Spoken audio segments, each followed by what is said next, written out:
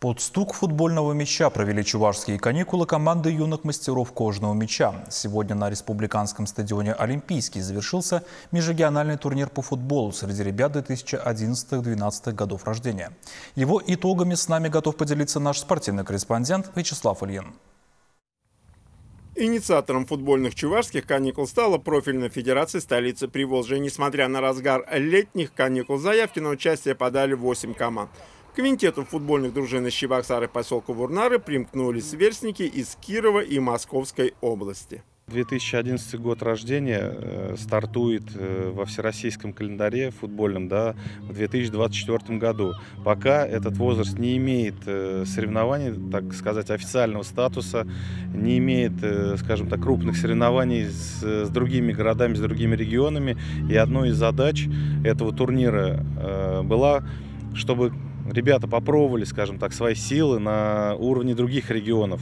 На старте турнира команды были поделены на две подгруппы. Без поражений предварительный этап удалось пройти столичному клубу «Легион» и Кировскому «Маяку». Причем в составе областной дружины и не только ростом 165 сантиметров выделялся 11-летний нападающий Дарья Злобина. 22-й номер красной в ходе турнира даже пополнила свой актив голом. Она сама как мальчик, так она каждому нашла свой подход. И поэтому и мальчики-то тоже ее очень любят. Так что все хорошо. Она свой человек в нашей команде. Кировская дружина 8-й школы Олимпийского резерва завершила соревнования с бронзовыми наградами, обыграв в матче за 3-е место Чебоксарский легион. Главный трофей чебоксарских каникул разыграли дружины профильных спортивных школ «Чебоксар», команда в розово-черной игровой форме, и «Выбор» из Одинцова Московской области. Финал хоть и не порадовал обилием голов, зато по накалу эмоций получился зрелищным. Чего стоит только золотой сейф в исполнении голкипера гостей Никиты Гуськова. А судьбу кубка победителя решил всего один мяч в исполнении команды из Одинцова. Дружина Чебоксарской спортшколы довольствовалась серебром. По итогам турнира я команде ставлю твердую 4. Они, думаю, заслужили эту оценку. Тем более мы играли не совсем основным составом. Часть ребят у нас уже разъехалась по лагерям.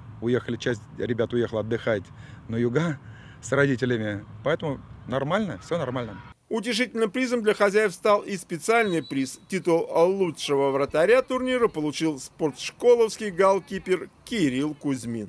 Турнир завершен, но футбольная жизнь на этом не заканчивается. И следующая информация наверняка заинтересует родителей, мечтающих о том, чтобы их чадо связало свою жизнь с футболом. Уже в субботу, 8 августа, здесь, на тренировочном поле, в 12 часов 30 минут пройдет отбор мальчишек 2016 года рождения в группы начальной подготовки спортшколы.